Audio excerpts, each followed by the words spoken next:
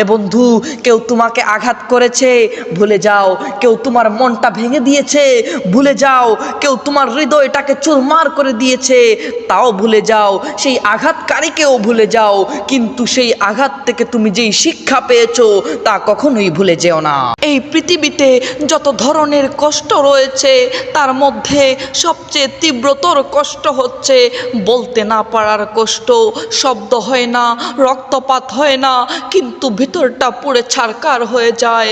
তাও আমি যখন আমাকে মানুষের সামনে মিথ্যে হাসিতে উপস্থাপন করি, এই মানুষজন আমার বাইরের হাসিটাই দেখে, কিন্তু আমি যখন সব জায়গায় নিরাশ হয়ে আমি আমার আল্লাহর দরবারে নামাজে দাঁড়ায় যাই, আমার আল্লাহ আমার বাইরের হাসিটা নয়, আমার ভিতরের পুরো হৃদয়টা দেখে আমাকে ডাক দিয়া বলে, বান্দা, তুই যদি আকাশ পরিমাণ গুনাহ করে ফেলিস তাও তুই আমার রহমত থেকে নিরাশ হইস না।